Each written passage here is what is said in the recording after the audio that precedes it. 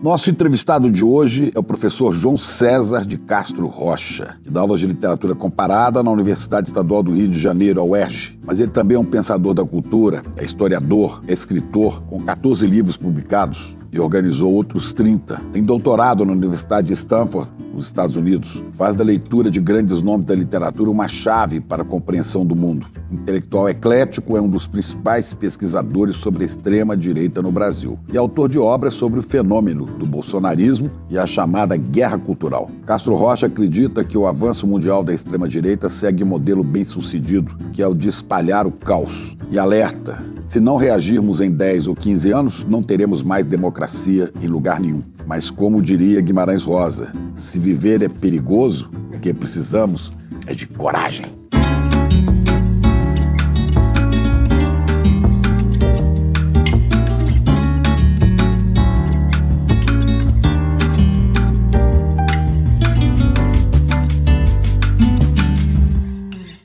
Nosso convidado de hoje para essa entrevista é um velho amigo do ICL, um dos maiores intelectuais deste país.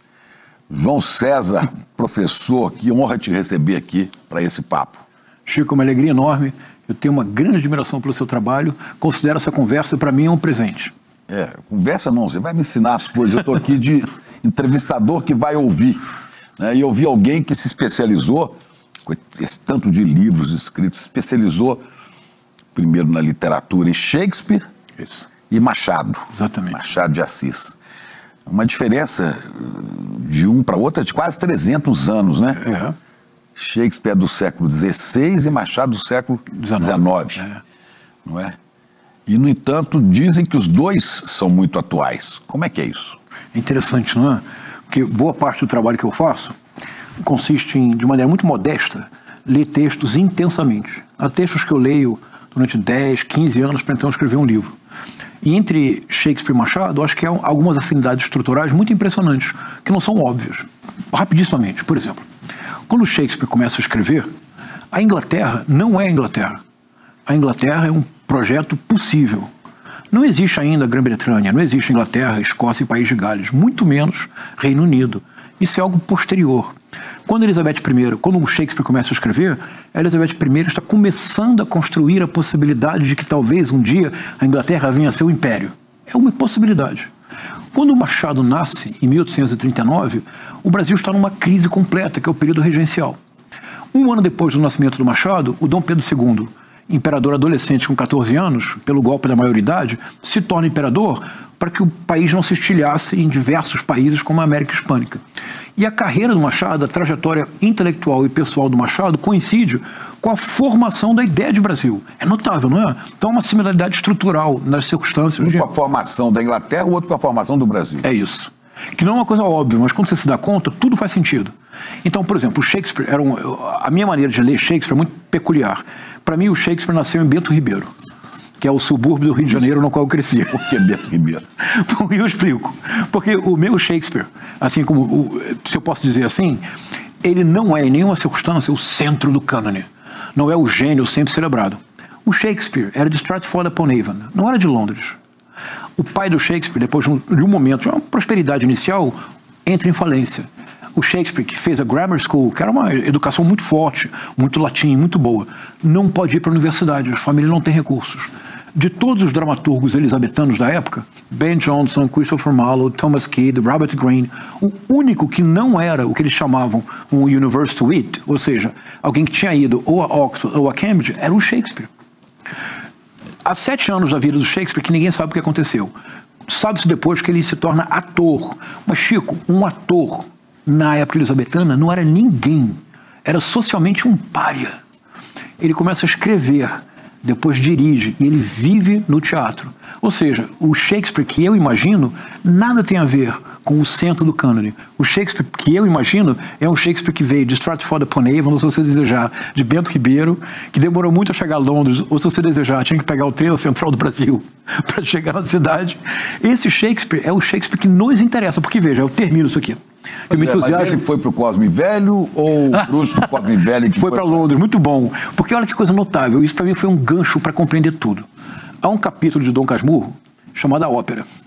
em que tem um velho personagem, um tenor aposentado chamado Marcolino, que tem uma hipótese. Ele diz uma teoria. Ele diz assim: o mundo é uma ópera. O diabo fez a música, insistiu para que Deus escrevesse o libreto e atazanou tanto a paciência de Deus que Deus decidiu dar para ele uma casa de ópera. Somos nós, é o mundo. E ele descreve então a relação do Shakespeare com essa ópera. E ele termina dizendo assim: Shakespeare é o maior de todos. Aí, literal, ele falou assim: porque, evidentemente, ele é um plagiário. Aí ele disse: como assim? Eu falei: o que Machado quer dizer com isso? Foi o Machado que me permitiu entender Shakespeare com outros olhos. Aí eu comecei a pesquisar. Olha que coisa notável agora. Em 1623, 2 atores que haviam trabalhado com Shakespeare decidiram, em homenagem póstuma, fazer algo em comum na época, que foi publicar as obras completas do Shakespeare e do teatro. Publicaram 36 peças no famoso First Folio de 1623. Chico, e se eu lhe disser que das 36 peças publicadas, que é o maior patrimônio do teatro da humanidade, das 36 peças publicadas, você sabe em quantas tem o argumento original do Shakespeare? 4. As outras 32 peças, o Shakespeare, na verdade, não concebeu os enredos, não necessariamente inventou os personagens. Ele se aproveitou do que já existia, ele se aproveitou do alheio para colocar o tempero próprio e escrever a sua obra. O Machado entendeu isso. E quando eu entendi que essa era a percepção do Machado, o meu mundo mudou. Mas você estudou primeiro o Shakespeare ou o Machado? Machado. É. E por quê, João? Por que uma pessoa, na época que você fez faculdade, foi falar: eu quero estudar literatura? Você já gostava de ler desde o curso secundário? Ah, desde sempre. Isso eu devo... Falou: eu vou ser professor, é isso que você pensava? Não, isso eu devo à minha mãe, Chico. É uma coisa muito interessante, devo à minha mãe, na verdade. E a minha mãe, por circunstâncias da família dela, não tem nem sequer o primário completo. Mas era a pessoa mais inteligente que eu jamais conheci na vida. Eu nunca conheci ninguém com a inteligência emocional e com a... Ela lia para você? Então, justamente. Ela lia, tinha muito talento para línguas, tinha uma excelente pronúncia de francês e inglês, embora não conhecesse. Tinha um talento natural para línguas. Ela fazia uma coisa nas férias. Éramos eu e 3 irmãs. Depois veio o João Henrique, que é o 4º irmão que eu tenho. Ela, nas férias, ela tinha umas coleções de livros. Ela lia histórias. E era um momento de carinho, nos 4 irmãos reunidos, ela lendo história. E quando terminava, ela dizia assim: João, o que você achou da história? Com a maior naturalidade do mundo. E uma das cenas mais engraçadas da minha infância, da infância de todos os irmãos, é que um dia ela leu uma história, ela perguntou para uma irmã minha, que hoje é médica, Denise, e falou assim: Denise, o que você entendeu da história? E a minha irmã não conseguia falar, ela dizia assim: E ela gaguejava tanto que nós caímos numa gargalhada. Chico, isso tem mais de 50 anos. Quando eu me reúno com minhas irmãs, a primeira coisa que a gente lembra é a gargalhada, a nossa gargalhada, porque Denise não conseguia dizer nada sobre a história. Então acho que eu aprendi com a minha mãe uma coisa muito importante. 1, conhecimento é prazer. 2, modéstia é tudo. 3, a leitura é um compartilhamento. Isso eu devo à minha mãe. E aí você falou: vou estudar literatura. Não, eu sou formado em História. Na graduação, você fez primeiro História? Eu fiz História, Eu fiz Literatura na pós-graduação, mestrado e doutorado. Mas você pensava assim: o que eu vou fazer na vida? Eu vou dar aulas. Era isso? Sabe que é uma coisa curiosa? Quando eu era mais jovem, eu tive um sonho, que era ser jogador de xadrez. Então, até dos 15, até os 20 anos, eu não fiz nada na vida a não ser jogar xadrez. Você foi um enxadrista profissional. Semi, mais ou menos. Chegou a ganhar algum dinheiro com isso? Ganhei, fui campeão, mas coisa pequena. Campeão que no... Do Rio de Janeiro, vice-campeão brasileiro juvenil, mas tudo coisa pequena. E pagavam, né? Pagavam, mas pouco, mas na minha época o xadrez não tinha ainda a possibilidade. E para mim foi uma lição. Então eu voltei para a universidade aos 21 anos. Quando eu voltei, eu já sabia que eu queria fazer daquilo a minha vida. Mas eu aprendi algo muito importante com o xadrez, Chico, muito importante, mudou minha vida. Foi o fracasso, eu quero dizer. Eu tinha talento. Mas eu não tinha, nessa época, na nossa casa, nós não tínhamos condições financeiras para ter professor. Eu morava lá em Bento Ribeiro, para jogar campeonato, que era na zona sul do Rio de Janeiro. Eu pegava o trem, ia de Bento Ribeiro à Central, pegava um ônibus, descia longe. Era uma situação... Eu era muito feliz, mas a situação era difícil. Então eu não tinha noção, não tinha aula, não tinha professor. Eu tinha talento, mas eu achava que o meu talento era muito maior do que de fato era, porque eu não tinha comparação, não tinha termo de comparação. Quando eu descobri que o meu talento era pequenininho, foi muito importante, foi um fracasso definitivo para mim. Eu voltei para a universidade e aprendi uma coisa que depois o Machado me confirmou. Olha que bonito isso. O Machado me confirmou, que é o seguinte: se você realmente quer fazer algo bem feito, a sua primeira tarefa é lutar contra o próprio talento. Quando eu voltei para a universidade aos 21 anos, já não era jovem. Mas você entrou Já entrei com a decisão de ser um historiador. Saiu e voltou? Não, nem cheguei. Não, isso acho que foi uma coisa boa que eu fiz. Porque eu tive muitos amigos do xadrez dessa época que ingressaram na universidade e não fizeram com seriedade, porque jogavam xadrez. Eu não entrei na universidade, eu só entrei aos 21 anos quando eu desisti de jogar xadrez. Até os 21 você... Não estava na universidade. Sua profissão era sem xadrez? É o que eu queria.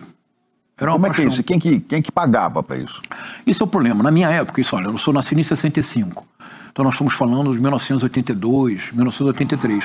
Não havia condições objetivas para uma pessoa que não tivesse dinheiro de família se dedicar ao xadrez. Porque não havia. Eu dava aula em colégios, dava aulas particulares. Era uma quantia muito irrisória. Aula de xadrez. Aula de xadrez. Eventualmente, um torneio ou outro pagava algo, mas era muito irrisório. Era de fato impossível nessa condição. E objetivamente eu compreendi, aos 19, 20 anos, que eu não era tão talentoso quanto eu imaginava. Então eu disse, olha, eu vou voltar, agora eu vou estudar.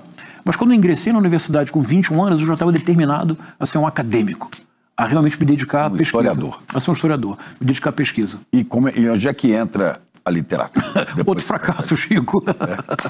Mas uma boa vida é uma sucessão de fracassos, não é? Para uma eventual vitória. Eu sempre li desde pequeno, apaixonado por literatura, mas sempre fui apaixonado por história também. E eu não imaginava a faculdade de letras. Então eu fiz história, porque eu queria ser historiador mesmo. Mas quando eu comecei a fazer pesquisa assim, em arquivo, orientado por professores, havia sempre um deslocamento. Eu lembro de uma cena que para mim foi decisiva. A primeira pesquisa que eu fiz, jovenzinho ainda na universidade, era sobre o estabelecimento de ferrovias no Rio de Janeiro Imperial. Então eu ia para o arquivo, coletava dados, lia os relatórios de presidentes de província, como se chamavam os governadores no período imperial. Eu descobri uma coisa, que nunca esqueci. É o seguinte, começava a ler os relatórios e dizia, tantos quilômetros, tanta carga, tinha que anotar tudo isso. Aí o pessoal dizia assim, o senhor Chico da Silva, o senhor João César, foi atravessar a rodovia e teve uma colisão com o trem e morreu. A pessoa caminhando a cavalo, aproximou-se demais do trem, houve uma... Isso era muito repetido. Aí eu disse... Relatavam os acidentes. Eu disse, mas o que é isso? Aí eu pensei, já sei o que está acontecendo. O trem é uma introdução nova no cotidiano brasileiro. As pessoas não conseguem dimensionar a velocidade em relação à distância. Então elas acham que elas podem atravessar o trilho e o trem... Pega. Eu fiquei entusiasmado disso. Então, na verdade, o que está acontecendo é uma mudança da percepção antropológica. Bonito isso, né? É uma mudança da percepção do espaço e do tempo. Esqueci de anotar quantos quilômetros, quanta carga. Anotei todos os casos. E fui todo contente para a reunião de trabalho e disse, eu tenho uma hipótese. Aí mostrei. Aí uma professora gostava muito de mim e falou assim, João, que interessante. Mas o outro professor, mais severo, que não me conhecia, disse, João, hipótese é para nós. O que você tem que trazer aqui é o número de quilômetros. Constatação. Pois eu me dei conta que esse tipo de trabalho específico me interessava menos do que algo que estava mais próximo à imaginação literária. Que essa forma de projetar cenários, de imaginar mundos. E ainda hoje, Chico, eu devia ter uns 22 anos. Eu estou com 60. Há 38 anos eu não me esqueço da leitura que eu fiz desses casos, que abriam para mim um horizonte novo. Daí eu compreendi. Fiz toda a faculdade de História, estudei, foi muito sério, mas eu compreendi que para dedicar a vida tinha que ser literatura. E aí você foi estudar literatura? É isso. Fora do Brasil? Fiz mestrado e doutorado no Brasil e um segundo doutorado em Stanford. E aí enveredou pela literatura? Isso. Descobriu a primeira paixão foi Shakespeare ou foi Machado? Foi Machado. Pois foi minha primeira paixão. Machado é uma coisa, é um fenômeno, né? Porque me consta, Machado não era um cara de família rica. Não. Era negro. Né?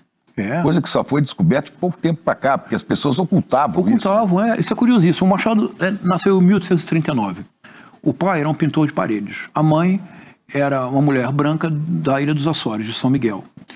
Até os 10 anos de idade, a vida do Machado é, na medida do possível, confortável, porque a mãe era agregada da viúva de um importantíssimo senador, que tinha uma chácara, que era uma coisa gigantesca, no Morro do Livramento. Mas quando você fala Morro do Livramento, é o oposto do que é hoje. No final do século XVIII, no início, até a primeira metade do século XIX, quem morava no Morro do Livramento era elite, porque a cidade era muito insalubre. Não havia esgoto, não havia tratamento sanitário. Morava lá no alto. Era mais saudável. Até os 10 anos de idade, quando a mãe do Machado está viva, então está tudo perfeito. Quando ela morre, é que então ele se muda com o pai para São Cristóvão, o pai casa de novo, e a situação financeira é muito difícil.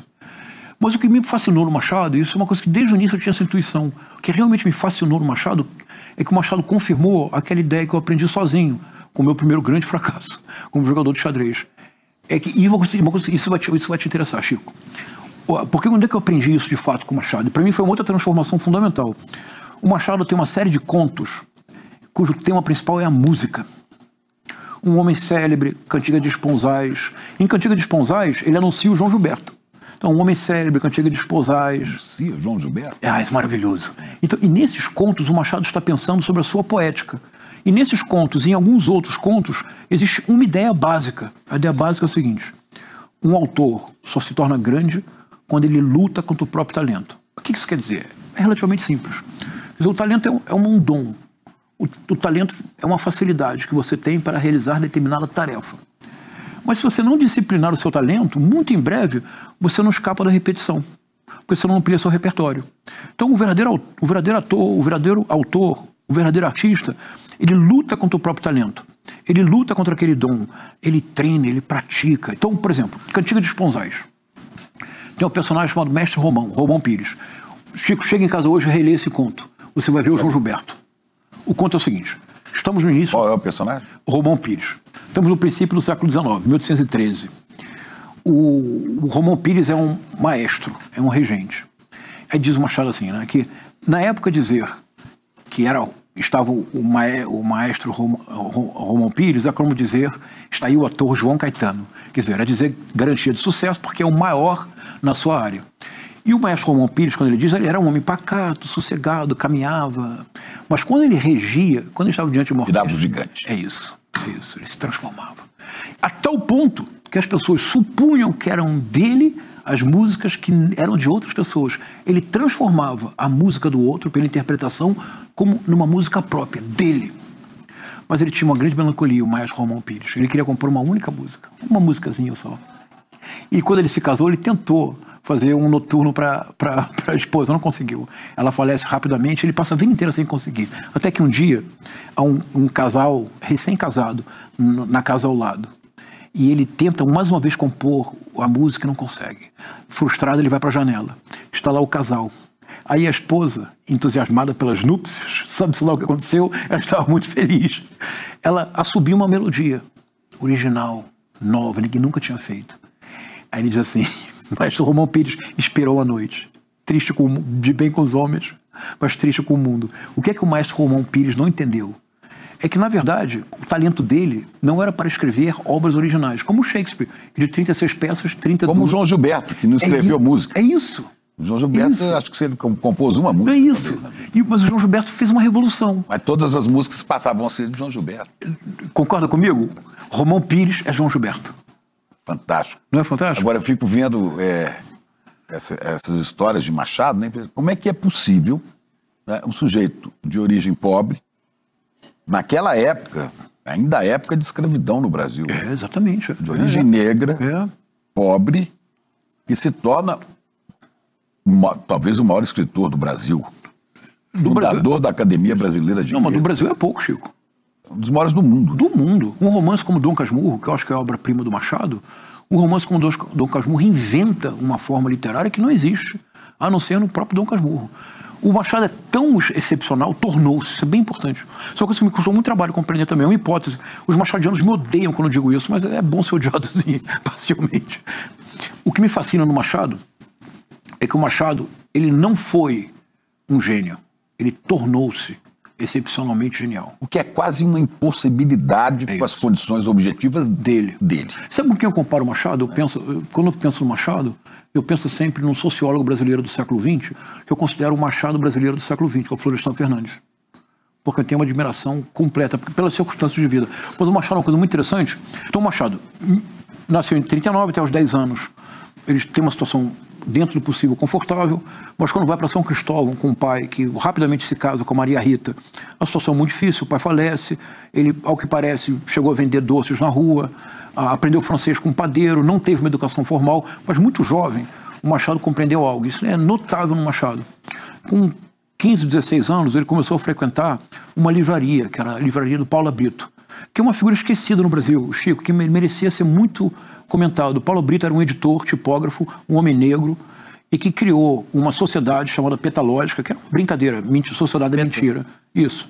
Sociedade Petalógica, e tinha a livraria da Paulo Brito, em que ele publicava revistas, e, sobretudo, era um centro de sociabilidade, na qual o Machado de Assis, por exemplo, fez amizade com o Manuel Antônio de Almeida, Memórias de um Sargento de Milícias. Conseguiu um primeiro emprego com o Manuel Antônio de Almeida, na tipografia nacional. Então, esse era um centro de convívio. Mas eu fico pensando como que ele era aceito e impunha esse talento dele, né, sendo um cara pobre e, sobretudo, negro. Eu insisto nessa questão do negro. Você tem toda a razão. Porque se você tem um racismo hoje no Brasil, imagina o que era aquela época. Você tem toda a razão. Onde ainda existia a escravidão. E houve um processo de embranquecimento da imagem do Machado, a tal ponto que, quando o Machado falece, em 1908, um crítico, que era o grande amigo do Machado... Aí mais um problema, era epilético. Exatamente. Que era o José Veríssimo, faz um obituário muito elogioso e comenta que ele era mulato. O Joaquim Nabuco reage. Diz: estou muito decepcionado com o senhor. Mencionar a cor, nada poderia aborrecer mais ao Machado, que era um grego. E a máscara mortuária do Machado é de um homem branco. E o Machado era negro, você tem toda a razão. Isso é muito importante. O caso do Machado, acho que tem um segredo bem importante. É outra afinidade profunda entre Machado e Shakespeare. É que o Machado, ele inventa na literatura moderna uma família de autores muito importante. É a família dos autores que são, em primeiro lugar, leitores. Eles escrevem porque leram.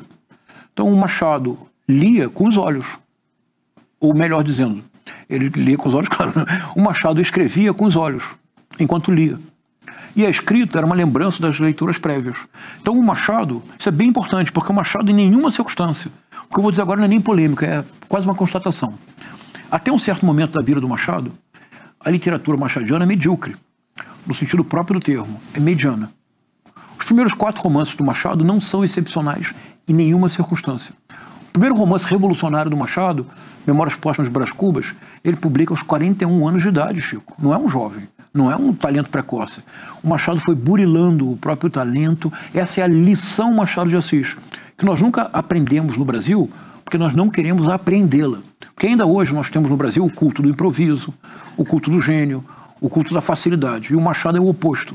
O Machado aprendeu a conquistar passo a passo o domínio completo da literatura, enquanto ofício. Mas quando ele chegou a esse domínio... Agora, ser aceito, né, por uma sociedade que discriminava, uma sociedade né, que só os muito ricos podiam estudar. Ele não teve educação formal no sentido de universidade, embora já houvesse universidade na época, havia faculdade de Direito e de Medicina. Mas isso ele não chegou a fazer. Ele, desde muito cedo, ele ingressou em círculos literários e ele sempre soube aproximar-se das pessoas certas e construir relações sólidas. E foi funcionário público.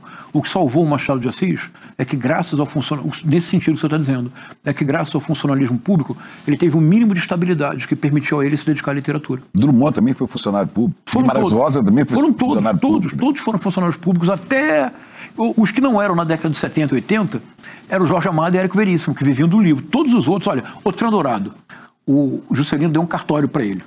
Aliás, o Juscelino também deu um cartório, o Getúlio Vargas deu um cartório para o Fernando Sabino. É o único caso que eu conheço de alguém que devolveu o cartório. Quando ele se separou, ele recebeu o cartório porque a esposa era muito próxima do Getúlio Vargas, do poder. Quando ele se separou, ele não hesitou. Teve um gesto de enorme valentia. Devolveu o cartório. Uma mina de ouro. O Otran Dourado não, manteve o cartório até o final da vida. Todos eram funcionários públicos. O Itamaraty foi um berço dos nossos maiores escritores. É mesmo Rosa. É o Rosa, exatamente. Agora, como é que você passa da história para a literatura, você falou, e da literatura para a reflexão e a crítica política?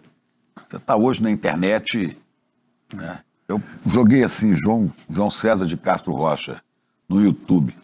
Você falando de tudo, agora de literatura pouco. Eu vi um da Casa Rui Barbosa. Antigamente tem mais, né? Mas eu estou voltando agora. Eu criei um projeto no Instagram, toda sexta-feira eu faço uma conversa literária, que é um curso permanente de literatura gratuito, hein? Cobro nada de ninguém. Como é que as pessoas podem ver isso? É entrar no meu Instagram e sexta-feira às 19 horas temos lá. Instagram? É @João César Castro Rocha, com Z. César. Então, sexta-feira às 19 horas, toda sexta-feira, eu discuto um livro. E é bacana porque não dá para discutir um livro em 50 minutos. E eu não passo de 50 minutos, porque é sexta-feira, as pessoas têm que se divertir também. Graças a Deus é sexta-feira. Então, no domingo anterior à sexta-feira, eu e meu filho, João Vicente, gravamos um vídeo. 7 anos. 7 anos. Gravamos um vídeo e ele anuncia o livro que nós vamos ler. Mas a sua pergunta, uma pergunta importante. Chico, foi o seguinte. 2018, eu sou do Rio de Janeiro. Porque você passou a pesquisar política e falar com muita propriedade, religião, inclusive falando da teologia do domínio, né? A partir de 2019. Do êxito, né? Pra você ter uma ideia, olha, até 2020, eu não tinha Twitter, Instagram, não tinha rede social. Vivia muito bem na universidade. Eu entrei em fevereiro de 2020, com um objetivo claro. Quero dizer, pessoal, calma. Porque nessa época uma coisa que me preocupou, depois da vitória do Bolsonaro, que eu sabia que ia ganhar. Sou do Rio de Janeiro, nós acompanhávamos o crescimento do Bolsonaro, que recorda um pouco o crescimento do Guilherme Derrite, hein? Todo cuidado. O Guilherme Derrite foi eleito deputado federal em 2018 com aproximadamente 113, 114 mil votos. Em 2020, em 2022 ele dobrou o número de votos. Uma trajetória similar ao do Bolsonaro. Até que o Bolsonaro, em 2014... Derrite, para quem não sabe, é o secretário de Segurança de São Paulo, que é um coronel da Polícia Militar de São Paulo. E assassino. Ele diz, eu matei mais de 30. Chico, o Derrite foi dispensado da rota por excesso de letalidade. Por excesso de mortos. Agora, imagina o que... E diz, na sua segurança pública, que o bom policial é aquele que tem pelo menos 2 ou 3 assassinatos. O que será para a rota excesso de mortes? Imagina. Mas então, então, em 2019, algo que me preocupou muito, durante o início do governo Bolsonaro, é que havia uma tendência, por parte da melhor intelectualidade brasileira, de se limitar à caricatura do fenômeno. O que é compreensível, porque o Bolsonaro em si mesmo é pura caricatura. Um homem internado na UTI faz uma live para vender capacete. Isso não, com a barriga costurada. Isso não ocorreria nem ao Chico Anísio, nem ao Jô Soares nunca. Talvez ao Rolo de Golias. Mas hoje é assim, o governador de Minas come banana com casca e grava, né? Uma coisa inacreditável. Bom, a única coisa parecida que eu vi foi Jânio Quadros. Bom, mas... Que arrancava o sanduíche do bolso do paletó. Mas não comparemos o português e a erudição do Jânio Quadros com outras pessoas, que pelo menos isso ele era um homem muito erudito. Então eu me dei conta... Falou aí. Eu me dei conta que havia uma incompreensão muito grande do fenômeno. E como eu sou historiador de formação, eu comecei a lembrar de documentos que eu havia estudado na época da graduação e no início da minha carreira. E eu comecei a me dar conta de que, na verdade, o bolsonarismo, e para isso foi muito útil eu ter passado, sei lá, 2 décadas da minha vida, lendo minuciosamente, linha a linha, palavra a palavra, vírgula a vírgula, de Shakespeare e Machado de Assis. É um treino. Porque eu comecei a reler alguns documentos e a me dar... Aí cruza uma coisa, peraí. Claro. Continua. Não, por favor. Mas primeiro vem o xadrez. Isso. Que te ajuda no raciocínio. O xadrez te faz pensar muito. É um exercício, um exercício físico, mental. Exatamente. Né? Eu acho como se você fizesse ginástica com a mente. Exatamente. O xadrez. Exatamente. O xadrez, você vai para história. Né? E da história para literatura. Aí você fala assim, agora eu quero... É isso. Essa é uma comparação muito boa. Durante muito tempo, quando eu era mais jovem, eu dizia, puxa vida, João, perdi tantos anos jogando xadrez, agora estou velho na universidade. Mas hoje eu compreendo que os anos de treino de jogador de xadrez, ainda que fracassado, foram muito úteis. Porque a metáfora que eu uso é a seguinte, o que eu tentei fazer quando eu comecei a me dedicar a esse estudo paralelo, era uma vida paralela, literalmente. Estudar o bolsonarismo. É isso, e a extrema-direita transnacional. E começar a propor ideias para o debate público. Na minha cabeça, a metáfora era enxadrística. Era o seguinte, você não pode querer dar checkmate no adversário se você não montar as peças corretamente no tabuleiro. São 16... Checkmate é a última jogada de uma organização que você fez ao longo de todo o jogo. É isso. Primeiro você tem que colocar modestamente os peões no lugar, a torre, o cavalo, o bispo, a dama, o rei, o bispo, o cavalo e a torre. O adversário faz o mesmo. Quando todas as peças estão montadas, o jogo começa. Você tem que compreender a posição do meio-jogo, a dinâmica das peças. Aí talvez você consiga dar checkmate, não é garantido. Pré-visualizar jogadas que você vai fazer. É isso. Contar com a sorte do outro não atrapalhar a sua pré-visualização. Exatamente. A política brasileira hoje é isso, então? Não, porque infelizmente... pré-visualizar o que vem por aí? Eu acho que não, infelizmente, porque as peças não estão todas montadas. As pessoas estão, devido à vertigem do tempo das redes sociais, todo mundo quer dar checkmate antes de começar o jogo. Não pode, não tem condição.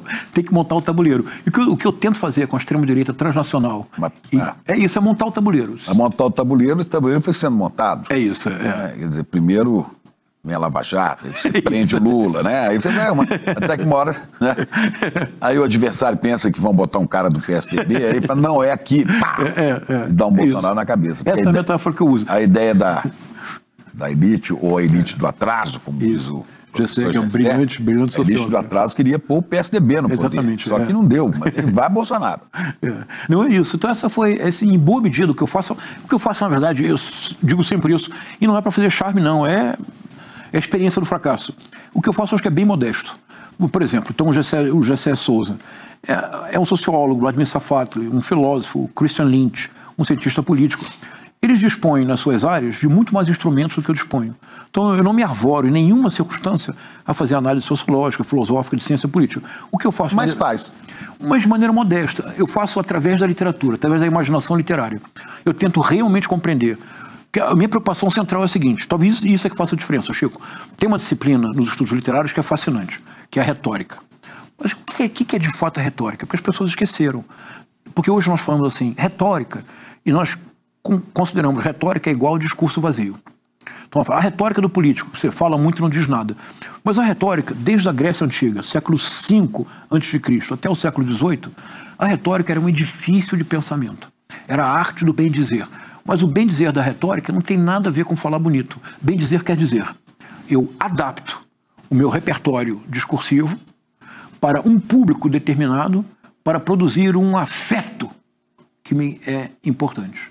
Então, na retórica, eu tenho um repertório de discursos, tenho um repertório de ideias, e o que eu faço é que eu adapto aquele público para produzir um efeito específico. Chico, dizendo isto, você já entende por que eu consigo ler a extrema-direita. A extrema-direita no século XXI é mestra em retórica política. A extrema-direita adapta o discurso ao público das redes sociais e produz um afeto, que é o ódio, e vence eleições. E usa os memes para isso. É isso. Não é? É isso. Então esse é o tipo de análise que eu faço. Eu dou um passo atrás, esqueço que... Eu acho que foi você que falou uma vez aqui numa entrevista no ICL, né? A coisa hoje é lacrar. Lacrar. Qual é? Você tem que ter... você tem que lacrar para obter like, e obtendo like você lucra. São os 3 L. É a tríade do mal. E é isso que permite que esses nomes... Não só o Bolsonaro, mas o Nicolas Ferreira, o Pablo Marçal. É isso, mesmo, Pablo Marçal, exatamente. É isso. Lacre, like, lucro. Sem que estejam preparados, né? Sem que tenham os instrumentos reais para governar. Imagina. Uma cidade, um país, imagina. Ou ser um deputado, né? Daí a hiperpolitização do cotidiano, que a extrema-direita promove no mundo inteiro. Porque só no cotidiano hiperpolitizado é que você despolitiza a polis. Porque você não discute mais projetos. Veja lá se Nicolas Ferreira, Pablo Marçal, Bolsonaro, Romeu Zema, Tarcísio de Freitas, eles não têm reais condições de discutir um projeto de nação. Porque eles não têm esse projeto. Mas o que eles conseguem... Eles, em geral, posso estar julgando precipitadamente, em geral não sabem história, não tem cultura geral, não tem cultura política, não tem nada. Não tem cultura literária, não lê, nada. É uma coisa impressionante. Agora, este é um fenômeno mundial, você acha? É mundial. Mundial. Eu acho que diz respeito à resposta a uma crise, a mais séria crise que o capitalismo já enfrentou. Mas eu digo isso com cuidado. Não se vai achar que eu sou um youtuber comunista que acha que amanhã a revolução acontecerá. Não é isso, não. A crise que o capitalismo enfrenta hoje é a mais importante crise de toda a história do sistema capitalista, porque é uma crise da utopia capitalista. Havia, Chico, uma utopia muito clara. Há uma utopia clara por trás do capitalismo, sem o qual o sistema perde força. A utopia é de que é possível. A utopia que faz caminhar, né? É isso, exatamente. A utopia de que é possível uma acumulação infinita da riqueza. Que a geração do meu filho terá mais prosperidade que a minha, e eu tive mais prosperidade que meu pai, e por sua vez o seu avô. Essa é a base do sonho americano, do American Dream, ou do American Way of Life. Há um pintor americano que é pintor inferior, mas é a representação disso, Norman Rockwell. Você vê as telas do Norman Rockwell, aquelas famílias perfeitas, aquele progresso infinito. Essa era a essência do capitalismo. Tem uma palavra em inglês americano, não existia no inglês britânico, que é uma palavra poderosíssima como síntese dessa utopia. Olha que palavra bonita. Quer dizer, nesse sentido, a palavra é one-upmanship. Então, up, para cima, manship, a capacidade de sempre subir um degrau na escada da prosperidade. Acumulação infinita de riqueza. Havia por trás dessa utopia capitalista uma outra ideia, que era profundamente distópica, mas que permaneceu oculta, mas chegou a hora de revelá-la. Na verdade, está explodindo aos nossos olhos. Só era possível pensar numa acumulação infinita de riqueza se, de igual forma, a natureza fosse um depósito igualmente infinito de riquezas renováveis. Mas o que nós vivemos hoje, que é cada vez mais claro, é que esse sistema de predação absoluta de tudo está destruindo a possibilidade de vida na Terra. Se não houver uma modificação radical na predação da natureza, Chico, daqui a um século não haverá uma conversa como essa, porque nós não estaremos aqui. Mas nem que a natureza tivesse recursos ilimitados, é óbvio e é claro que nem todos poderiam subir assim. É isso, é claro. Não cabe todo mundo lá em cima. Exatamente. E aí você tem, e para subir uns tem que pisar em outros. É isso. Aí você tem concentração. É. E isso vai gerar conflito. E isso não vai dar certo. Como diria a música popular brasileira, os de cima sobem e os de baixo descem. Pois é. Não, sem dúvida é isso. Agora, como é que você vai ter o voto e o afeto dos mais pobres? Que importante. Esse é o segredo. Essa é a chave. Sendo que eles sabem que não vão chegar lá. Exatamente. Essa é a chave, esse é o segredo. E, que é uma questão a qual o José Souza se dedicou recentemente, a gente tentar entender isso. Essa é a questão central. O livro dele, O Pobre de Direita. Exatamente. Essa é a questão central. Eu acho que é a questão central de hoje. Uma resposta que eu estou tentando trazer de volta para a nossa discussão pública é uma resposta de 1864. Vê como é que eu sou antigo. É a resposta do Dostoiévski, Memórias do Subsolo. Que esse texto é tão atual, Chico. Nossa, eu reli há pouco tempo para fazer uma conversa literária no Instagram. Dostoiévski, em 1864. 100 anos antes do golpe aqui. 100 anos antes do golpe militar brasileiro. Porque o narrador de Memórias do Subsolo é um narrador anônimo.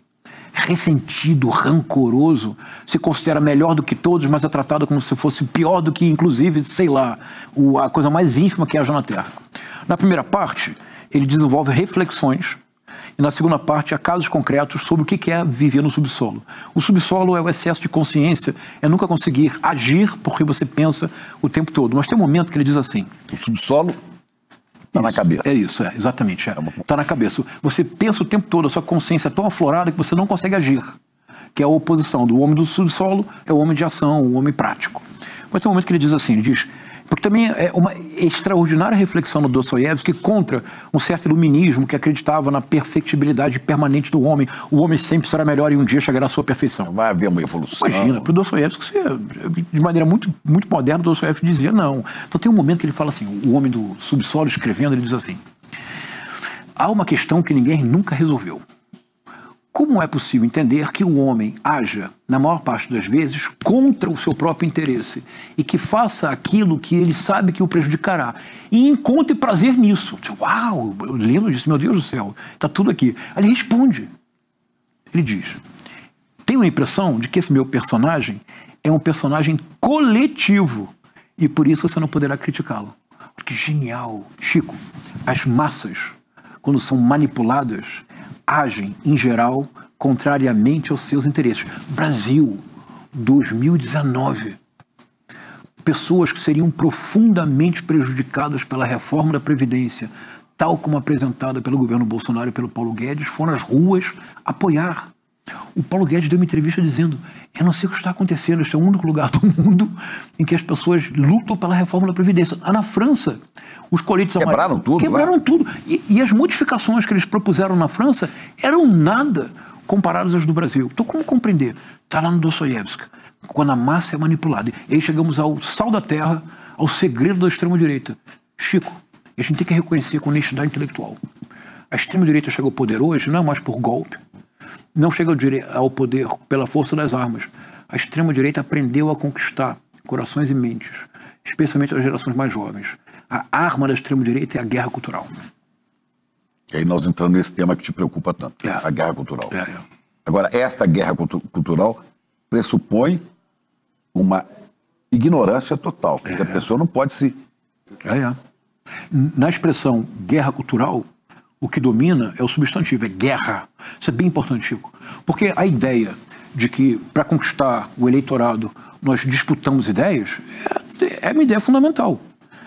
Então, no campo progressista, da esquerda democrática, nós sempre falamos em luta ideológica, disputa de ideias, hegemonia, no caso do Gramsci. Mas em todos esses casos, só pode haver, no caso do Gramsci, quando o Gramsci pensou o conceito de hegemonia, ele pensou para uma sociedade como a italiana, fundamentalmente diferente da russa, porque na sociedade russa não havia uma sociedade civil tão bem organizada quanto na Itália. Na Itália, dizia o Gramsci, não é possível ter um pensamento único, centralizado, que envie mensagens aceitas por todos. Não há doutrinação possível, porque na Itália, dizia o Gramsci, olha, tem a Igreja Católica, que é uma força de imposição de ideias e de valores. Tem a universidade, tem a imprensa, tem os sindicatos, tem partidos políticos. Numa situação dessa, em que o que domina é a pluralidade de vozes, não pode haver doutrinação. O que pode haver? Disputa de hegemonia. Hegemonia é uma palavra que vem do grego, que quer dizer liderança. Você tenta liderar o eleitorado para votar nos seus projetos, mas a hegemonia é transitória. Você pode tê-la hoje e perdê-la amanhã. Então, quando a extrema-direita bolsonarista diz assim, a Universidade Paulo Freireana tem hegemonia absoluta da esquerda, é a prova concreta de que nunca leram uma linha do Gramsci. Porque se tem hegemonia, não pode ser absoluta. Sempre tem vozes dissonantes. Então, nós sempre falamos nisso, disputa de ideias. É do jogo democrático. A extrema-direita fala, Chico, isso é uma coisa que eu também demorei a compreender. Mas quando você compreende, é como lê Machado, é definitivo. A extrema-direita fala em guerra cultural. Quando você fala em guerra, você não fala em adversário, você não fala em oponente, você fala em inimigo. E o que você faz com o inimigo? Mata, extermina. É isso. É chocante, não é? É isso que levou a esse ódio, né, nas relações sociais no Brasil. É. Mas não só no Brasil. Não só isso no Brasil. Veio no mundo inteiro. Que é um efeito das redes sociais, que nós não entendemos muito bem ainda. Isso veio primeiro onde? É difícil dizer. Eu sei que isso hoje impera na Hungria. Sim. Mas olha, você sabe que nesse caso, o Brasil é um caso muito peculiar. Bem peculiar o caso brasileiro. Porque um pouco da teoria da produção do caos, como indispensável para gerar medo ou pânico social, cuja resposta geralmente é o ódio engaja, e o engajamento transforma as pessoas em militantes permanentes, e essa militância permanente permite que a extrema-direita chegue ao poder pelo voto, é Steve Bannon, entre outros, mas é o Steve Bannon que é um pouco ideólogo. Mas o Brasil é um caso especial aqui, Chico, muito especial mesmo. É porque no Brasil há duas tradições que se unem e anteciparam boa parte da extrema-direita transnacional. Isso ajuda a entender por que a extrema-direita no Brasil se capilarizou tão profundo e rapidamente. De um lado, o militarismo. É a memória mal resolvida da ditadura militar. Sem a memória mal resolvida da ditadura militar, não haveria Bolsonaro. Porque em qualquer lugar do mundo em que um deputado, para dar um voto, fizesse um elogio público a um torturador, ele seria caçado. Se na Alemanha um deputado no parlamento fizer um voto e se ele afirmar este voto é uma homenagem a Adolf Hitler, o homem Gelli, ele é preso e perde o mandato. Então a memória mal resolvida da ditadura militar foi muito importante para o avanço da extrema-direita no Brasil pelo militarismo. Agora, outro ponto, que isso nós negligenciamos por muito tempo, é que o Brasil teve um intelectual com inteligência acima da média, com uma excepcional capacidade de comunicação, que durante aproximadamente 12 anos pontificou nas redes sociais sem que nós reagíssemos. Eu só vim a ter rede social, Twitter e 2020. Instagram em 2020. Tinha Facebook, mas era pura... Quem é esse intelectual? Olavo de Carvalho. Olavo de Carvalho foi para os Estados Unidos em 2005, para Virgínia. Em 2006 ele inaugura um programa de rádio, que foi uma coqueluche na extrema-direita nascente no Brasil. Coqueluche é coisa antiga. Não é? The True Outspeak, que é uma coisa inspirada, algo que... Ele fazia isso na rádio? Transmitido pelo YouTube. Manteve o True Outspeak. Para os seus seguidores brasileiros. Que foram aumentando. Porque não havia uma voz que se contrapusesse a ele. Nós considerávamos que o Olavo de Carvalho era um ideólogo vulgar, que era um meme ambulante. Não falava nada. Que era um meme ambulante. Nem faculdade esse cara fez. Ele não é um teórico importante, porque o negócio dele era astrologia. Mas ele desenvolveu a retórica do ódio com uma potência excepcional. Boa parte do que hoje no Brasil torna o diálogo no espaço público impossível é fruto do ensino do Olavo de Carvalho. Tem uma espécie de cartilha de como reagir aos adversários. Você é especialista no Orville, né? Isso, que coisa, né? Vocês já notaram que é Orville, né? Orville é livro lido ao contrário. Livro, L-I-V-R-O, Orville. O-R-V-I-L. Isso. O Orville É um rebate, é um ataque Isso, exatamente. ao livro. Qual livro? O Brasil Nunca Mais. E a denúncia Isso. da tortura e da morte na ditadura. Isso. E é um livro muito importante, O Brasil Nunca Mais, não só por isso.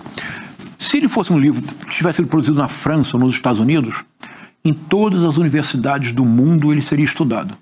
Porque o Brasil Nunca Mais tem uma novidade metodológica que nunca foi repetida.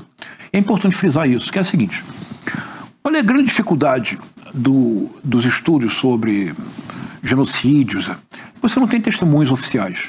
Por exemplo, no caso do Holocausto, não existe um documento de ofício em que o Hitler autoriza a solução final.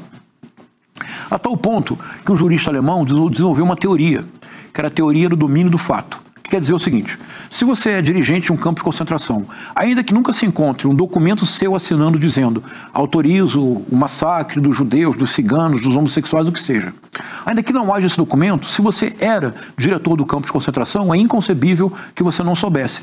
Teoria do domínio do fato. Todos aqueles mortos. Que, Chico, nota ao pé de página. O Joaquim Barbosa trouxe essa teoria para culpar José Dirceu e José Genuíno. É absurdo. O criador da teoria na Alemanha disse, não, mas essa aplicação é louca. Porque lembra disso? O Joaquim Barbosa trouxe essa teoria para implicá-los na operação no mensalão. Sem provas. Porque não existe um único documento de ofício em que José Dirceu autorize o que a ele foi atribuído. Não existe um único documento. Mas o que o Joaquim Barbosa fez, trouxe a teoria do domínio do fato para isso, que é uma coisa espantosa. Mas então o Orville. Então o Brasil Nunca Mais, ele foi produzido assim, a história é fascinante. Aliás, há um jornalista, colega seu, o Lucas Figueiredo, que fez um trabalho brilhante sobre o assunto. Foi o seguinte: agosto de 79, lei da anistia, que de fato anistiava presos e exilados, presos políticos e exilados, sobretudo blindava os militares. Mas se você tem uma lei da anistia que contempla presos políticos, então, pela primeira vez, a ditadura foi obrigada a permitir algo que até então era proibido. Os advogados tinham que ter acesso aos autos dos processos para pedir anistia. O Superior Tribunal Militar não pôde negar. O que o Superior Tribunal Militar fez? Você podia levar o processo, volumes, tinha que devolver em 24 horas. Os advogados, entre eles Luiz Eduardo Greenhalgh, abriram os processos e caíram da cadeira. Os militares transcreveram. Relatavam tudo. Chico, é o único exemplo contemporâneo em que os algozes registraram com suas próprias palavras os crimes que cometeram. O que eles fizeram? O que eles descobriram isso foi um choque. Então eles fizeram uma operação secreta entre 1979 e 1985. Eles levavam os processos, só podiam ficar com ele 24 horas. Eles abriram uma xerox de fachada e eles passavam a madrugada xerocando os processos.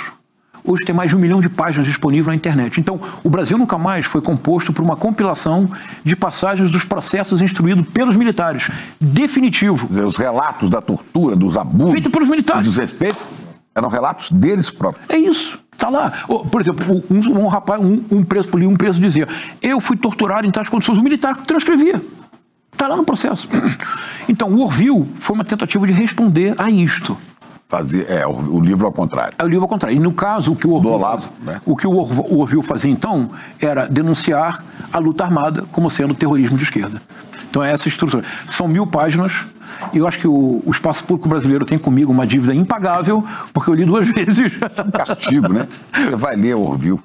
E li a trilogia do Olavo de Carvalho, honestamente. Eu acho que vocês deveriam me mandar para minha casa permanentemente um estoque de champanhe. Premiar pelo castigo que você sofreu sem ter feito nada, né? Pela autoflagelação, né? Agora, o que você vê para frente no Brasil com essa situação que está aí? Com essa radicalização? Eu tenho um misto de preocupação. Ela não tem mais uma direita no Brasil, né? Você tem só uma extrema direita. Esse é um problema sério. Isso é bem importante, Chico. O bolsonarismo no Brasil, o campo político mais afetado pelo bolsonarismo não foi a esquerda. Ora, o PT voltou ao poder. O campo político mais prejudicado pelo bolsonarismo foi a direita, os liberais e os conservadores, que foram canibalizados pelo bolsonarismo. Eu tenho um misto de preocupação, porque eu acho que há hoje no Brasil um plano de poder que é mais sofisticado que o do Bolsonaro, porque a razão pela qual o Bolsonaro fracassou é que o Bolsonaro não conseguiu dar o passo que toda extrema-direita que conseguiu transformar democracias em autocracias deu, é sujeitar o judiciário. manietar a Suprema Corte. Se você não sujeita o judiciário e manieta a Suprema Corte, se você não copta o judiciário, você não consegue fazer o projeto final da extrema-direita, cujo modelo é Viktor Orbán e Najib Bukele em El Salvador. Viktor Orbán na Hungria, Bukele em El Salvador. O judiciário brasileiro, nesse ponto, foi a pedra no meio do caminho. E pode não ser para frente. Justamente. Porque ele parou, né? Justamente. O Supremo Tribunal Federal, a última instância, parou tudo. Brecou esse pessoal. E não é clara qual será a relação do STF, por exemplo, com Tarcísio de Freitas. Então, o plano de poder no Brasil... E há um outro risco que você chama atenção para ele. Que é uma pinochetização como projeto. Uma coisa muito... É uma coisa que Orbán fez na Hungria, que implica a mudança do Senado ano que vem. Justamente, é isso. Então, o plano de poder da extrema-direita agora no Brasil mudou de maneira substancial. Quer dizer, continua sendo um plano de poder, mas não é mais chegar ao executivo como projeto final. Tanto que, para o ano que vem, acho que o verdadeiro plano de poder não é a presidência da República. É o Senado. É o Senado. Poderá ser a presidência se aparecer uma oportunidade. Mas o verdadeiro projeto da extrema-direita no Brasil é o Senado. Por que o Senado? Porque o Senado é a forma de sujeitar o judiciário. É isso que está em jogo no Brasil hoje. Então eu tenho preocupação, mas esperança. Porque eu acho que o judiciário no Brasil tem dado lições para o mundo, não só para o Brasil. Lições de como enfrentar a extrema-direita. Os Estados Unidos não aprendeu nada. Mas está mudando. Isso é bem importante. A Suprema Corte nos Estados Unidos, que quando o Trump foi presidente da primeira vez, ele teve a oportunidade de nomear um número suficiente de juízes para mudar o equilíbrio da Suprema Corte, que se tornou conservadora. E houve retrocessos terríveis na vida americana, como, por exemplo, a lei do aborto. Mas o Trump, que já estava sendo julgado, indiciado por Nova York, e que poderia ter se tornado inelegível, não o foi, porque a Suprema Corte, numa decisão surpreendente, considerou que um presidente, durante o termo, por nenhuma circunstância pode ser julgado. Então o Trump teve suspenso o juiz em Nova York até a eleição. Agora é presidente. Então ele só é presidente hoje porque a Suprema Corte, por ele nomeada, parcialmente por ele nomeada, fez essa decisão. Mas nas últimas 2 semanas, a Suprema Corte americana começa a se levantar contra o Trump e tem dado decisões fundamentais porque reconheceu, qualquer pessoa reconhece, que o projeto do Trump é transformar os Estados Unidos numa Hungria continental. E a Hungria, qual é a história da Hungria? Rapidamente, vamos lá. Porque isso é importante. É fundamental, fundamental. O Viktor Orbán... Isso. Curioso que o Viktor Orbán não era um cara de extrema-direita. Não, ele era de esquerda. Ao contrário, né? Ele era de esquerda. Como ele foi estudar nos Estados Unidos, isso, né? na Inglaterra. Com bolsa, na Inglaterra, com bolsa do Soros. Do George Soros. Né? O Najib Bukele, que hoje é o darling da extrema-direita brasileira, ele foi eleito prefeito em 2 cidades em El Salvador, sobretudo foi prefeito de São Salvador, a capital. Sabe por que partido? Frente Farabundo Martí de Liberação Nacional, que é um partido de esquerda mais radical que o PT. Então, ele era da Frente Farabundo Martí de Libertação Nacional até a eleição para presidente. Ele só saiu da frente porque a frente não deu a ele a candidatura. Então, bom, Viktor Orbán. Por que ele é importante? É fundamental. O Orbán chega ao poder na Hungria em 1998 como primeiro-ministro, o mais jovem da União Europeia. Ele tinha 35 anos. E o Viktor Orbán, reconheçamos, ele é um homem brilhante. Ele realmente é capaz de formular conceitos. É um intelectual? É um intelectual. É um homem brilhante. É de um brilho perverso, mas é preciso reconhecê-lo. É um homem brilhante. Ele formula conceitos. Carlos Lacerda era um cara brilhante, né? Tradutor de Shakespeare. Tradutor de Shakespeare. É impressionante, né? E curioso, também era um cara de esquerda. Exatamente. Era ligado ao Partido Comunista. Partido Comunista, exatamente. E depois virou à direita, né? Curioso, que engraçado. A Raquel de Queiroz era do Partido Comunista, depois muda radicalmente, torna-se uma antigetulista furiosa e apoia a ditadura militar. É impressionante. Bom, foi a última visita que o Castelo Branco morreu saindo da casa dela. Exatamente.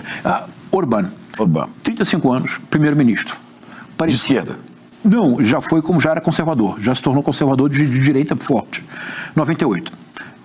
Ele imaginava para si mesmo um longo período no poder, de modo a fazer o que ele pretendia, que era mudar a engenharia institucional da Hungria. Em 2002, ele sofre uma derrota, para ele muito dolorosa. Ele perde a reeleição para o Partido Socialista da Hungria. Em 2006, ele ensaia uma volta. Perde de novo para o Partido Socialista da Hungria. Parece que a carreira dele acabou. Carreira política. Todos consideravam. Mas no meio do caminho agora tinha uma pedra, não, tinha uma crise. A crise financeira de 2008. A crise da bolha imobiliária e a crise do mercado financeiro. Que atingiu todo o mundo inteiro. E levou a maior parte dos Estados europeus a começar sistematicamente a cortar os benefícios do estado de bem-estar social, para cumprir metas fiscais rígidas, o que produziu um sentimento antissistêmico generalizado, que em breve explode no Brasil em 2013. O sentimento compreensível. Por exemplo, o Barack Obama, de maneira justificável, para evitar um efeito dominó no sistema financeiro, investiu trilhões de dólares para normalizar o sistema financeiro americano. Compreende-se. Agora, e as pessoas mais pobres que perderam suas casas porque não tinham como pagar 30, 40 ou 50 mil dólares de dívida, de prestação imobiliária? Se ele pode dar trilhões de dólares para o mercado financeiro, por que não abrir uma frente de financiamento para a ponta? O Donald Trump não existiria sem esse ressentimento, compreensível contra o sistema. O Viktor Orbán volta em 2010. E o Viktor Orbán que nos interessa é o que perdeu. Ele aprendeu a lição. 8 anos depois, qual é a primeira coisa que ele faz quando ele volta? E quem ganha a eleição sempre é majoritário. Ele cria um conceito. Democracia majoritária. Quer dizer o seguinte, se você vence uma eleição com 50% de votos mais um, você recebeu carta branca para fazer o que você quer. Democracia não é isso. Democracia é um regime que salvaguarda o direito das minorias. É o oposto, mas não importa. O que ele faz então? Primeira coisa que ele faz, aposentou os juízes da Suprema Corte. Segunda coisa, convocou a Assembleia Constituinte. Terceiro ponto, mudou a legislação eleitoral da Hungria. Fez isso trabalhando sempre para obter a maioria no Senado. Exatamente, é isso. Quer dizer, ele tinha a maior parte dos votos do Senado, isso. Com isso ele tirou o ministro da Suprema Corte, é isso. Com isso ele mudou a Constituição e aí ele impera. Há 15 anos. É o projeto da extrema-direita para o Brasil. Dominar o Senado para poder mudar a Constituição da Suprema Corte, a partir desse momento poder realizar o que Paulo Guedes sempre desejou. Abolir a Constituição de 88. Sabe por quê? Porque a Constituição de 88 foi criada pensando em mecanismos institucionais que evitassem uma nova aventura ditatorial, de um lado. De outro lado, a Constituição de 88 tem todo o seu espírito no artigo 5º, que é dos direitos fundamentais, da dignidade da pessoa humana. Para os bolsonaristas, a Constituição, eles disseram isso. A Constituição de 88 tem um grave problema.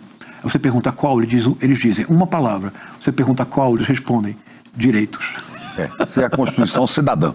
Exatamente. Não é? Pois é, nós vamos ter uma eleição ano que vem. Nós temos 81 senadores. Isso. O Brasil vai eleger 2/3, portanto 54. É isso. Vai eleger 54 senadores. E há um risco enorme. Dessa extrema-direita fazer 2 no Rio Grande do Sul, 2 em Santa Catarina, 2 no Paraná, se bobear 2 em São Paulo e Minas Gerais. Isso é um risco real. Eu tenho falado muito sobre isso, Chico, porque se isso acontecer, ainda que o Lula vença a reeleição, a ditadura começa. É isso, ele não governa. E eles desmontam o Senado, a Suprema Corte. Exatamente, esse é o projeto. Que podem fazer impeachment É isso. E podem também mudar a Constituição. É isso. Por que o projeto de penochetização do Paulo Guedes não triunfou? Porque o judiciário não foi sujeitado. Por que eles pensam, na verdade, em investir para 2030 na presidência? Porque o judiciário já terá sido controlado. E aí acabou o Brasil. Esse é o horizonte que você vê? Não, esse é o projeto deles. Mas o que você vê? Você é um cara otimista? Nós estamos aqui agora conversando. Eu já falei isso no ar aqui. Nós estamos aqui agora conversando. Consciência crítica. Jornais aqui do ICL, já falei isso. Consciência crítica. Eu dou uma enorme importância, Chico, à mídia alternativa, a projetos como o do ICL. O que nós estamos fazendo aqui é justamente um antídoto, se você desejar, a criptonita da extrema-direita. Consciência crítica. Senso de realidade. E, sobretudo, uma coisa muito importante. Muito importante. Por isso eu comecei a fazer conversas literárias no meu Instagram. Eu estou convencido que se nós conseguirmos baixar a bola, baixar a temperatura, voltar a ter, entre aspas, uma normalização do nosso cotidiano, não nos deixar levar pela hiperpolitização do cotidiano, não nos deixar levar pela tríade, lacre, like, lucro, se nós conseguirmos voltar a conversar, o que implica, sobretudo, escutar o que o outro diz. Você quer ver uma coisa? Vou citar aqui uma coisa que você vai tocar o seu coração. Vou dizer uma frase, você vai me dizer de onde vem. Nonada. Tiros que o senhor ouviu não são de briga de homem, não. Deus esteja. É a abertura do Grande Sertão. Pois olha que bonito. Quando o Riobaldo fala, nonada. Tiros que o senhor ouviu não são briga de homem, não. Deus esteja. É o gênio do escritor. Na verdade, isso é a resposta a uma pergunta que não foi feita, mas é subentendida. O Riobaldo está conversando com o doutor da cidade, poderia ser você, poderia ser eu, poderia ser o Guimarães. Escuta-se o tiro. Nós que somos da cidade... achamos que é briga de homem. A gente fala, meu Deus, o que foi isso? E demonstramos um certo medo. O Riobaldo, que é um jagunço, um homem que sabe que viver é uma coisa, que a travessia é muito perigosa, que o que o mundo exige da gente é coragem, ele diz, não, nada. Tiros que o senhor ouviu não são briga de homem, não. Deus esteja. Mais importante do que falar é aprender a ouvir. E para aprender a ouvir, de fato, nada melhor do que a literatura. Porque nós escutamos os outros, os mortos. E aí eu fico pensando, né? Como é que você vai vencer com formação de consciência crítica, que implica literatura, conversa, ouvir, se as pessoas hoje estão agarradas na maquininha? Todos, né?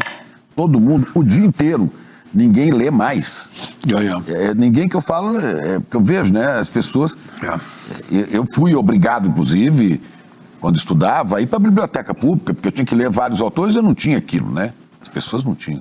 Hoje está tudo aqui e está tudo também controlado pelos algoritmos. Exatamente. Quer dizer, como é possível vencer, formar consciência crítica com esse aparelho dominando a vida de todo mundo? Essa resposta ninguém tem, mas uma hipótese. E isso também explica por que o neoliberalismo predador, como eu chamo, tem como um dos seus principais pressupostos o Estado mínimo ou o Estado nenhum. É que, em última instância, hoje, mais do que nunca, tanto a literatura é fundamental para criar essa consciência crítica. A literatura hoje ela é essencial, porque ela permite, primeiro, a fruição de um tempo ou outro. Não é o tempo da internet, do TikTok, da celeridade, da vertigem. Você está lendo, sem você se dar conta, você ingressa em outra esfera. Pois é, mas aí, por exemplo, eu estou falando isso porque a gente fala do livro. Né? E as pessoas, eu estou falando grosso modo, não estão parando para ler, pegar o livro e ler. Estão aqui. Então, a literatura ou a informação pode vir de outra forma. Pode. Por exemplo, acaba de ganhar o Oscar para o Brasil. O Ainda Estou Aqui. O Ainda Estou Aqui. Que é uma espécie de um livro. É um livro que conta uma história real de uma família violentada na ditadura. Quer dizer, a pessoa não vai ler um livro, mas vê aquilo. E ali já saca alguma coisa. A minha impressão, a hipótese mesmo, é que, eu dizia, a razão pela qual o extremo-direita quer o Estado mínimo é porque, para superar esse estado de coisas, a presença do Estado é fundamental. Mas em que medida? Para que os nossos amigos neoliberais não fiquem histéricos. A educação, saúde, melhoria de condições salariais. Por exemplo, houve uma experiência na França interessantíssima, nós poderíamos replicar no Brasil, mas sem Estado não é possível. É uma experiência de Estado na França. Os jovens começaram a receber algo, eu não vou lembrar a quantia exata agora, imaginemos, X euros por mês, mas que só podem ser usados, mas não é dinheiro, é um vale para comprar livro. Você tem que ir na livraria comprar o livro. Isso dinamiza o mercado livreiro e, sobretudo, estimula o hábito da leitura. Então, há um conjunto de iniciativas que não vão depender apenas da comunicação ou da informação. Isso é bem importante. Eu não vejo muito sentido quando se diz o problema hoje da esquerda é que ela não sabe se comunicar. Quem tem que aprender a se comunicar é Pablo Marçal, porque o Pablo Marçal vende curso sobre como vender curso. Se você não é um gênio da comunicação, você vai morrer de fome. O problema da esquerda nunca foi comunicação. O problema da esquerda é conciliar discurso com prática. Então, nesse caso, um governo como o da Frente Ampla tem que ser mais ousado, tem que comprar as brigas necessárias, tem que abraçar a causa do fim da jornada de 6x1, tem que mandar para o Congresso o projeto para isenção de imposto de renda até R$5.000, para congelamento de imposto. Mesmo que perca as batalhas. Mesmo que perca, porque se perder... Marca a posição. E sinaliza para o povo brasileiro qual é a sua posição e qual é a posição dos outros. Então isso é muito importante. Então, me parece que o problema não pode ser resolvido apenas como comunicação e informação. A comunicação e a informação tem que estar dentro de um contexto mais amplo. Nesse contexto mais amplo, é preciso um pouco mais de ousadia por parte do governo. Por isso que eu te perguntava o que você consegue ver para frente como jogador de xadrez que você é, né? Ainda que seja difícil saber como vão mexer, o adversário vai mexer as pedras no tabuleiro, mas o que você vê para frente? Você é otimista, você acha que... Sou. Isso é um defeito meu, eu tenho um otimismo irreparável. Há uma posição no jogo de xadrez que é das mais bonitas. Eu estou jogando, eu faço um lance. Você entra em zugzwang. O que é isso? Isso quer dizer que eu fiz um lance e o lance cria uma nova disposição das peças de forma tal que qualquer lance que você faça, e você não pode passar o lance no xadrez, você tem que jogar. Qualquer lance que você faça leva a sua derrota.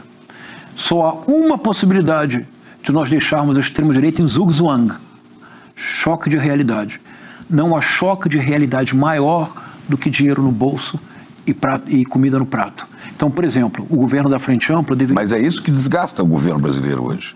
Não, justamente isso que eu estou dizendo. Preço dos alimentos. Não, então, isso que eu estou dizendo, mais ousadia. Então, por exemplo, um sonho. O governo brasileiro, o governo da Frente Ampla anunciará 2 projetos. O primeiro deles, a criação da Creche Brasil. Serão criados até 2030 100 mil creches Brasil. Isso é uma ideia sua. 100 mil creches Brasil, para atender os brasileiros de 6 meses a 5, 6 anos. Segunda ideia, o governo da Frente Ampla apresenta para o projeto uma proposta.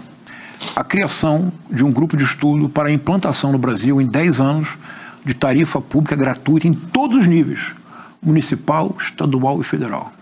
Onde é que vai achar dinheiro para esses 2 projetos? Vamos taxar os ricos, vamos taxar os dividendos. Mas tem que ser aprovado no parlamento. Não, você apresenta. Não vai ser aprovado. Ótimo. Agora, imagine a revolução na vida das pessoas. Você provoca É isso. a guerra. Olha, veja, Provoca a luta. Olha o caso da Argentina. Sabe quantas vezes a lei sobre o aborto, que era mais progressista e favorecia a livre escolha das mulheres, sabe quantas vezes foi ao Congresso? 4. Nas primeiras 3 vezes foi negado. Mas as 3 vezes em que foi negado, criou um debate nacional que de outra forma não haveria. Na 4ª vez foi aprovado. Então, mais ousadia. E eu tenho enorme confiança que com mais ousadia, com mais criatividade, e sobretudo, algo muito importante, Chico, algo que nós temos, que nos constitui, é que nós temos um profundo amor à vida. Nós queremos que os outros sejam felizes, nós queremos que o mundo sorria, nós queremos viver num mundo onde lê Machado de Assis, lê Manuel Bandeira. Manuel Bandeira, beijo pouco, falo menos ainda, mas invento palavras que traduzem a ternura mais funda. Inventei, por exemplo, o verbo te adorar, verbo intransitivo.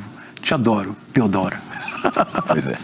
Mas também Manuel Bandeira, né, não vê a glória, o roteiro, a linha do horizonte, porque ele vê é o beco. Também. É o beco, sem saída. O que eu quero dizer é que a nossa visão do mundo é esta, é a música popular que você tanto ama, já está. Fica uma coisa notável nisso. Manuel Antônio de Almeida, Memórias de um Sargento de Milícias. O primeiro romance que trata do dia a dia brasileiro. É a crônica dele. 1853, 1854. Ele foi publicando aos pouquinhos no jornal. Tem um capítulo que ele trata de uma jovem que toca viola, a Vidinha. Você lembra disso? Ela toca. Aí ele escreve assim, Chico, 1853, ele escreve assim. Ele se refere à modinha de viola tocada pela Vidinha, pela qual o personagem, o futuro sargento de milícia, se apaixona. Tem uma infatuação. Infatuação é velho, né? Tem uma infatuação por ele diz assim, ela cantava com aquela voz e com aquele jeito que ainda hoje é uma das raras originalidades da nossa civilização. Uau! Em 1853, ele já compreendeu que um dos toques mais originais da cultura brasileira é a música popular. É isso que nós queremos para o Brasil. Um Brasil onde Manuel Bandeira, música popular, o cinema, a arte, sejam possíveis. Mas é isso tudo que me assusta, porque se durante os períodos mais cruéis da ditadura, as pessoas pensavam, ouvindo Milton Nascimento, né? Ouvindo Chico Buarque, ouvindo Caetano Veloso, ouvindo, né, vários artistas da música popular brasileira, Vandré, né, mesmo sambistas, mesmo gente mais simples, mas falando de mudanças e chamando a atenção para a realidade, lutando contra a censura. Hoje o que domina é um negócio, né, o brega sertanejo, né, que não fala sobre a vida das pessoas, fala sobre questões, fala muito sobre chifre e cerveja, né? Aí fica difícil. Né? É um fetiche, né? Você tem aí alguma coisa? Não, você tem. Tem o Racionais, Emicida, né? Mas o que domina os veículos... Mas o agro dominou essa indústria. Eles compraram rádios. Não existe mais jabá. Não existe mais jabá, ou seja, que no passado as pessoas pagavam para tocar a sua música. Pagavam as rádios para tocar a música do trabalho. Você viu que é uma coisa curiosa na rádio brasileira? Você viaja no mundo inteiro, você liga uma rádio, você escuta todo tipo de música. No Brasil, você hoje em dia só escuta sertanejo, mas eles compraram. Sertanejo e música de igreja. Ah, claro, exatamente, é isso. Neopentecostal. É isso. Quer dizer, vê que não é que eu não sou otimista. Não, Mas eu vejo as coisas com muita dificuldade. Eu também. E gosto sempre, para não ficar deprimido, né, e me dar motivo para me mexer, de ouvir o que o Paulo Freire, claro. Né, acho que é Paulo Freire ou foi o Suassuna. Ele falou, não sou otimista nem pessimista, eu sou, né, um realista esperançoso. Isso, muito bom. É Suassuna, né? Ou então você pode adaptar um Tim Maia. Me dê motivos para não ir embora. Pois é. Você é um realista esperançoso. Com certeza, faço questão. Essa é a minha responsabilidade. Em ser última realista. instância, você, para terminar, João César de Castro Rocha, você acredita em quê? O que é que te move independente do contexto onde você está? De maneira geral, eu acredito profundamente na força do projeto e da ideia, muito mais do que na força da pessoa ou do ego. Me parece que se você consegue se concentrar no projeto e esquecer o seu ego, metade do caminho está avançado. Mas como eu me tornei pai aos 52 anos de idade, para mim foi uma experiência transformadora, hoje eu acredito mais do que nunca na força do amor. O amor que eu tenho para meu filho, que me move de uma forma que eu jamais imaginei que seria possível haver um amor tão grande. Por isso que eu digo, a minha responsabilidade é ser realista e esperançoso. E acreditar que nós podemos encontrar uma forma de finalmente transformar este país tão bem sucedido. O Brasil é um país muito bem sucedido. Oitava economia do mundo. São Paulo, a maior megalópole da América Latina. Somos um país muito bem sucedido, mas nunca conseguimos ser uma nação fraterna. Eu tenho uma enorme esperança de que um dia nós conseguiremos tornar esse país bem sucedido uma nação fraterna. É o amor. Me sinto convocado. Isso é uma convocação.